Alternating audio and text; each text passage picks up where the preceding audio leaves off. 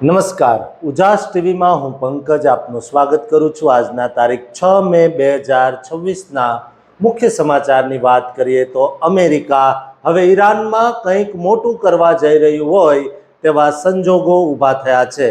અમેરિકાની મિલિટરીનું એક મોટું વિમાન ફારસની ખાડી એટલે કે ઈરાન પરથી પસાર થઈ રહ્યું હતું। તે દરમિયાન અચાનક જ રડાર પરથી ગાયબ થઈ ગયું છે।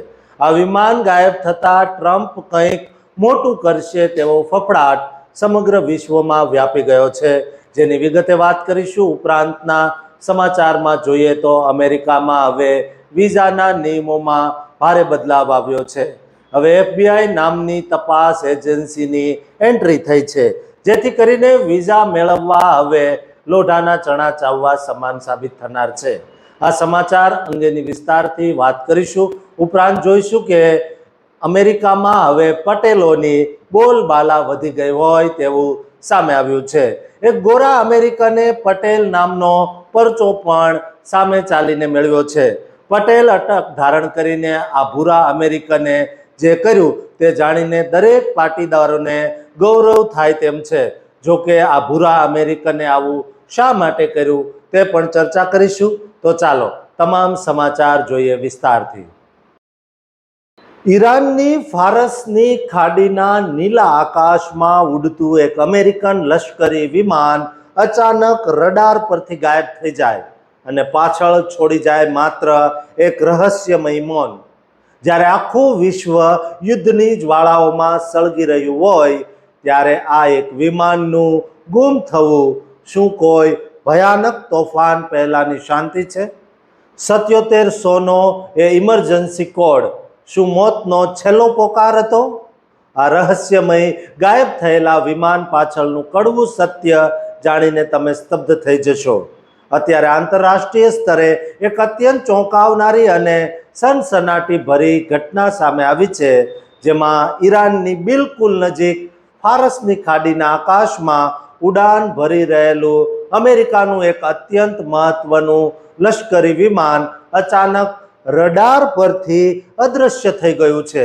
આ કોઈ સામાન્ય વિમાન નથી દોસ્તો, પણ અમેરિકન એરફોર્સનું શક્તિશાળી બોઈંગ KC-135 સ્ટેટ રેન્ટો-કર છે, જે યુદ્ધના મેદાનમાં અમેરિકા માટે એક કરોડરજ્જુ સમાન માનવામાં આવે છે। આ વિમાન ગાયબ થયા પહેલા તેણે હવામાંથી એક એવો સંદેશો મોકલ્યો હતો જેણે પેન્ટાગોનથી લઈને આખા વિશ્વની ઊંઘ ઉડાવી દીધી છે। વિમાને સંકટ સમયે અપાતો 7700નો ઇમરજન્સી કોડ જાહેર કર્યો હતો, જેનો અર્થ એ થાય કે પાયલોટ કોઈ બહુ મોટી કટોકટીમાં હતો અને તેની પાસે બચવા માટેનો સમય બહુ ઓછો હતો। ઉડાન ટ્રેકિંગ ડેટા પર નજર કરીએ તો ખબર પડે છે કે આ વિમાન ગાયબ થયું તેના થોડા સમય પહેલા હવામાં સતત ચક્કર મારી રહ્યું હતું, જાણે પાયલોટ સુરક્ષિત જગ્યાએ ઉતરવાની મથામણ કરી રહ્યો હોય અને અચાનક જ તે રડાર પરથી સાવ અદૃશ્ય થઈ ગયું। આ ઘટનાને કારણે અત્યારે આખા મધ્ય પૂર્વમાં ભારે તણાવ અને અફવાઓનું બજાર ગરમ છે, કારણ કે આ વિમાન અમેરિકન લશ્કર માટે એક ઉડતા ઈંધણ સ્ટેશન એટલે કે ફ્લાઇંગ ફ્યુઅલ સ્ટેશન તરીકે કામ કરતું હતું। તે હવામાં જ લડાયક વિમાનોમાં પેટ્રોલ ભરીને તેમને લાંબા સમય સુધી યુદ્ધ લડવા માટે તૈયાર રાખે છે।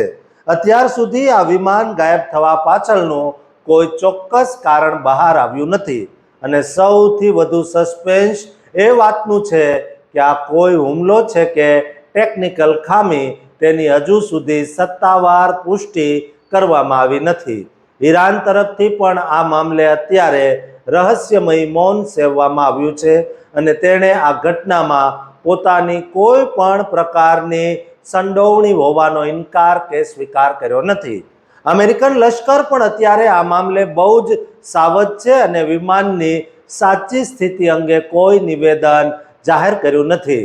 જે લોકો આ વિમાનના મહત્વને જાણે છે તેમને ખબર છે કે આ પ્લેન વિના અમેરિકાની આખી હવાઈ શક્તિ પાંગળી બની જાય છે। આ વિમાન એ જ જટિલ ટેકનોલોજીથી બનેલું છે જેનાથી અમેરિકા પોતાના સાથી દેશોને યુદ્ધમાં મદદ પહોંચાડે છે। ઇતિહાસ સાક્ષી છે કે જ્યારે પણ આવું કોઈ વિમાન ગુમ થાય ત્યારે તેની પાછળ કોઈ બહુ મોટું ષડયંત્ર છુપાયેલું હોય છે.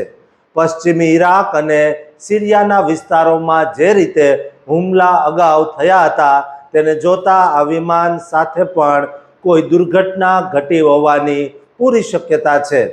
ઉલ્લેખનીય છે કે આ પહેલા માર્ચમાં પશ્ચિમી ઈરાકમાં ઈરાનના હુમલામાં અમેરિકન લશ્કરે એક KC-135 પ્લેન ગુમાવ્યું હતું. ઈરાન સમર્થિત સશસ્ત્ર જથ્થોના સંગઠન ઇસ્લામિક રેઝિસ્ટન્સે ઈરાકમાં આ હુમલાની જવાબદારી લીધી હતી અને જણાવ્યું હતું કે પોતાના દેશના સાર્વભૌમત્વ અને હવાઈ ક્ષેત્રની રક્ષા કરવા આ વિમાન તોડી પાડ્યું છે. KC-135 એક લશ્કરી વિમાન છે જે સ્વેપ્ટ પાંખની નીચે લાગેલા 4 ટર્બોફેન એન્જિનો વડે સંચાલિત થાય છે. તેનો મુખ્ય ઉપયોગ ઉડતા ઈંધણ સ્ટેશન તરીકેનો છે અને ઈંધણ ભરવાની પ્રણાલીના ઉપર એક કાર્ગો ડેક હોય છે જેમાં પ્રવાસીઓ અને ઉપકરણો બંને લઈ જઈ શકાય છે. તે અમેરિકન નૌકાદળ, મરીન કોર્પ્સ અને સહયોગી દેશોને મદદ કરે છે અને તબીબી અભિયાનોમાં પણ તેનો ઉપયોગ કરી શકાય છે. એટલે કે તેને એર એમ્બ્યુલન્સ તરીકે પણ વાપરી શકાય છે. આ પ્લેન કુલ 37,000 કિલોગ્રામથી પણ વધુ વજન લઈ જઈ શકે છે. એટલે કે તેમાં કેટલા જવાનો સવાર હતા અને કેટલો સામાન હતો તે પણ એક બહુ મોટો ચિંતાનો વિષય છે.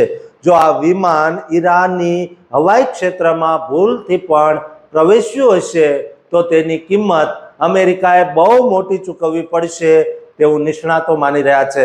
પશ્ચિમી દેશો અત્યારે ફારસની ખાડીમાં પોતાની નજર ટેકવીને બેઠા છે અને દરેક સેકન્ડનું અપડેટ લઈ રહ્યા છે. કારણ કે જો આ પ્લેન કોઈ આતંકી સંગઠન કે દુશ્મન દેશના હાથમાં લાગ્યું હશે તો તે આખા ક્ષેત્રની શાંતિ હણી નાખશે. અમેરિકા પોતાની મરીન કોર્પ્સ અને નૌકાદળને બચાવવા માટે કેવા પગલાં લેશે તેના પર દુનિયાની નજર છે.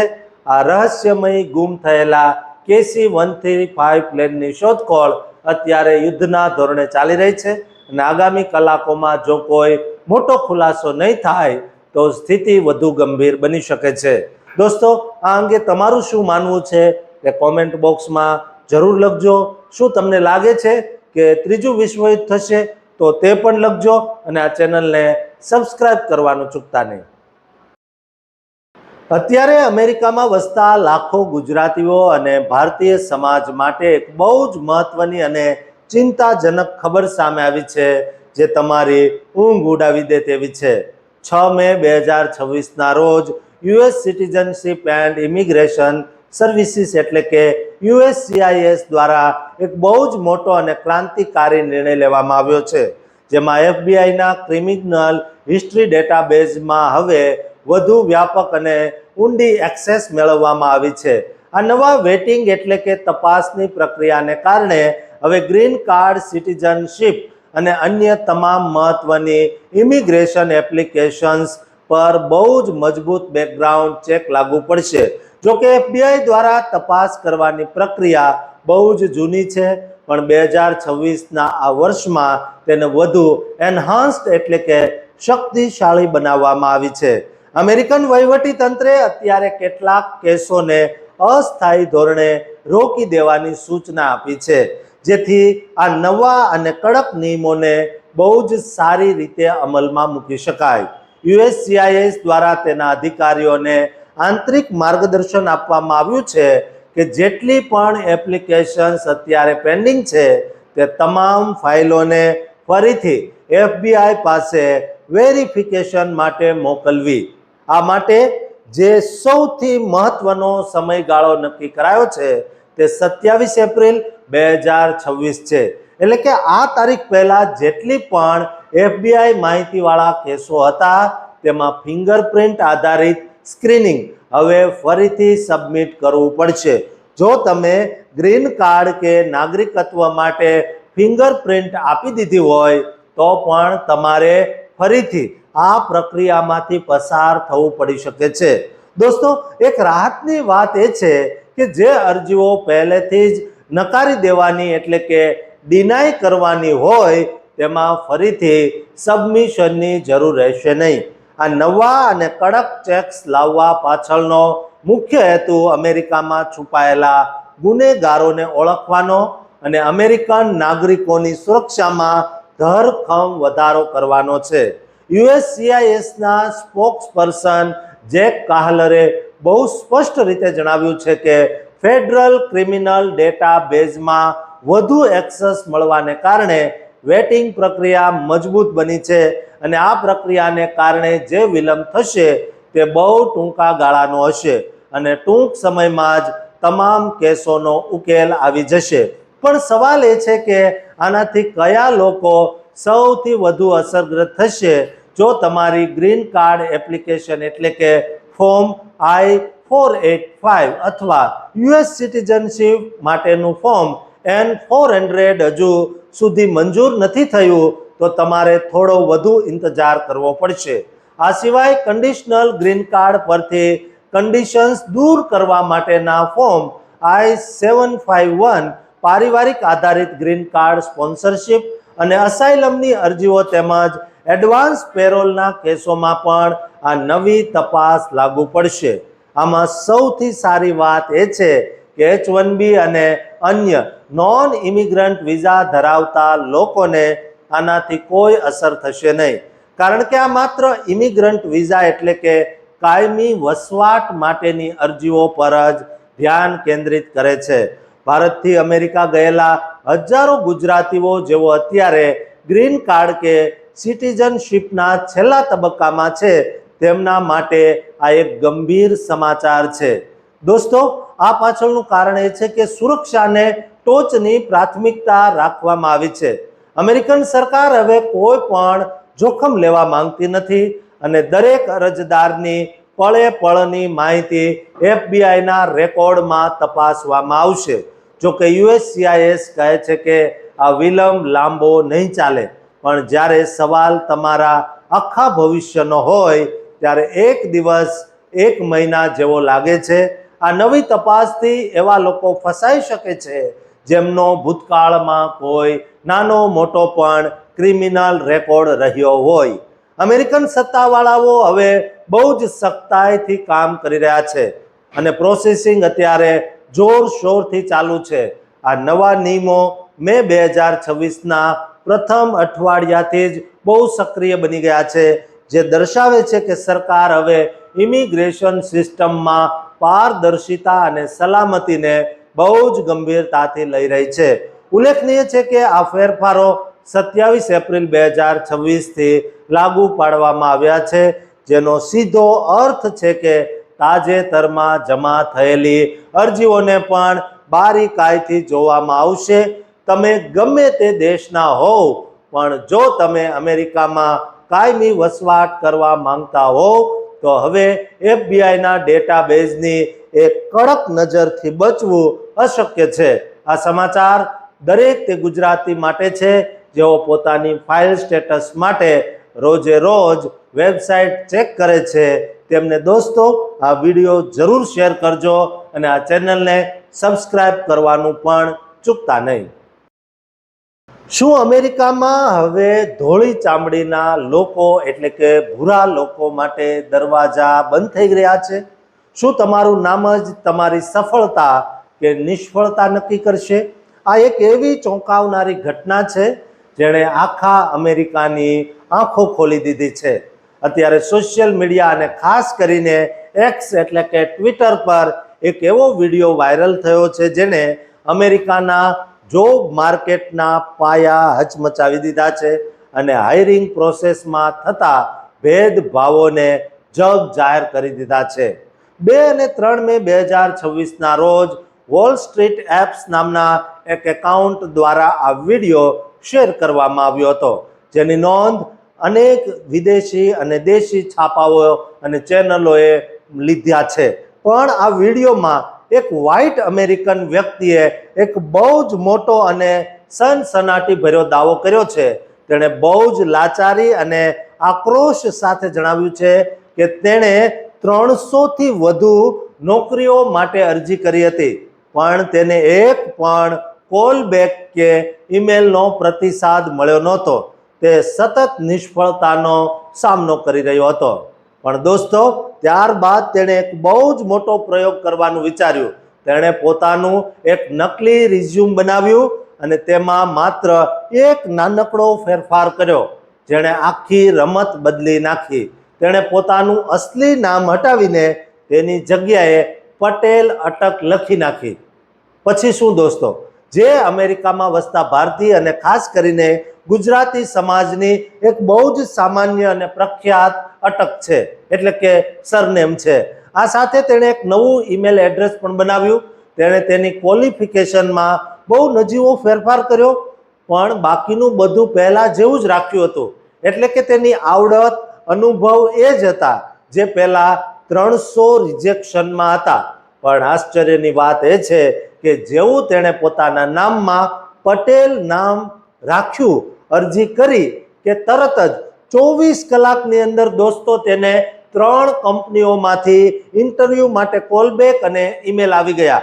આ પરિણામ જોઈને તે પોતે પણ સ્તબ્ધ થઈ ગયો હતો અને આખા વિશ્વને સવાલ પૂછવા લાગ્યો, શું અમેરિકામાં હવે નામ જોઈને નોકરીઓ આપવામાં આવે છે? આ ઘટના એવા સમયે વાયરલ થઈ જ્યારે અમેરિકામાં H-1B વિઝા અને અમેરિકા ફર્સ્ટ જેવી બાબતો પર ગરમા ગરમ ચર્ચાઓ ચાલી રહી છે. ઘણા કન્ઝર્વેટિવ લોકો એવો દાવો કરી રહ્યા છે કે અમેરિકન કંપનીઓ હવે સસ્તા મજૂર તરીકે ભારતીયોને વધુ પ્રાધાન્ય આપી રહી છે અને તેના કારણે સ્થાનિક અમેરિકનો બેરોજગાર બની રહ્યા છે. આ ઘટનાએ નામ આધારિત હિયરિંગ બાયસ એટલે કે નામના આધારે થતા ભેદભાવની ચર્ચાને ફરી જીવંત કરી દીધી છે. અગાઉ પણ અનેક એવા કિસ્સાઓ બન્યા છે જેમાં બ્લેક અથવા એશિયન લોકોને પોતાના નામ બદલીને અમેરિકન જેવા નામો રાખીને નોકરીઓ મેળવી હતી. પણ આ વખતે પાસા પલટાઈ ગયા હોય તેવું દેખાઈ રહ્યું છે. સોશિયલ મીડિયા પર આ બાબતે લોકોના બે ફાંટા પડી ગયા છે જે રીતસરના દેખાય છે. દોસ્તો, અનેક લોકો આને વ્હાઇટ લોકો વિરુદ્ધનો ભેદભાવ અને H-1B વિઝાનો આતંક ગણાવી રહ્યા છે, જ્યારે બીજી તરફ કેટલાક લોકોનું કહેવું છે આ માત્ર એક આકસ્મિક ઘટના હોઈ શકે છે અને કદાચ તેની પાછળ ટાઈમિંગ કે અન્ય કારણો પણ જવાબદાર હોઈ શકે છે. કેટલાક લોકો એવું પણ માને છે કે ભારતીય સમાજમાં નેટવર્કિંગ બહુ મજબૂત હોય છે અને તેઓ પોતાની જ્ઞાતિના લોકોને કામ પર રાખવાનું વધુ પસંદ કરતા હોય છે. જોકે આ કોઈ વૈજ્ઞાનિક અભ્યાસ નથી, પણ એક વ્યક્તિનો અંગત દાવો છે. છતાં તેને હિયરિંગ પ્રોસેસમાં રહેલી ખામીઓ પર આંગળી ચીંધી છે. સામાન્ય રીતે અત્યાર સુધીના અભ્યાસોમાં એવું જાણવા મળ્યું છે કે ફોરેન સાઉન્ડિંગ નામોને ઓછી તક મળે છે, પણ આ કિસ્સો તે ધારણાને સાવ ખોટી પાડી રહ્યો છે. આ વાયરલ વિડીયોમાં તે વ્યક્તિએ કોઈ કંપનીનું નામ કે પોતાનું અસલી નામ જાહેર કર્યું નથી, પણ તેણે જે મુદ્દો ઉઠાવ્યો છે તેણે અનેક એમ્પ્લોયરોને વિચારતા કરી દીધા છે કે શું હિયરિંગમાં ખરેખર સ્કિલ્સ કરતા નામ કે એથેન્ટિસિટી કરતા વધુ અસર કરે છે? ત્યારે અમેરિકામાં ચૂંટણીનો માહોલ છે અને ઇમિગ્રેશન નીતિઓની કડકાઈ વચ્ચે આ વિડીયો બળતામાં ઘી હોમવાનું કામ કરી રહ્યો છે. ચૂંટણીમાં ભારતીયો હારે અને અમેરિકનો જીતે તે માટે પણ આ વિડીયો વાયરલ કરાયો હોય તેવું લાગી રહ્યું છે. દોસ્તો, તમારું શું માનવું છે તે કોમેન્ટમાં જરૂર લખજો અને દરેક પટેલ સુધી આ વિડીયો શેર કરજો અને આ ચેનલને સબસ્ક્રાઇબ કરવાનું ચૂકતા નહીં.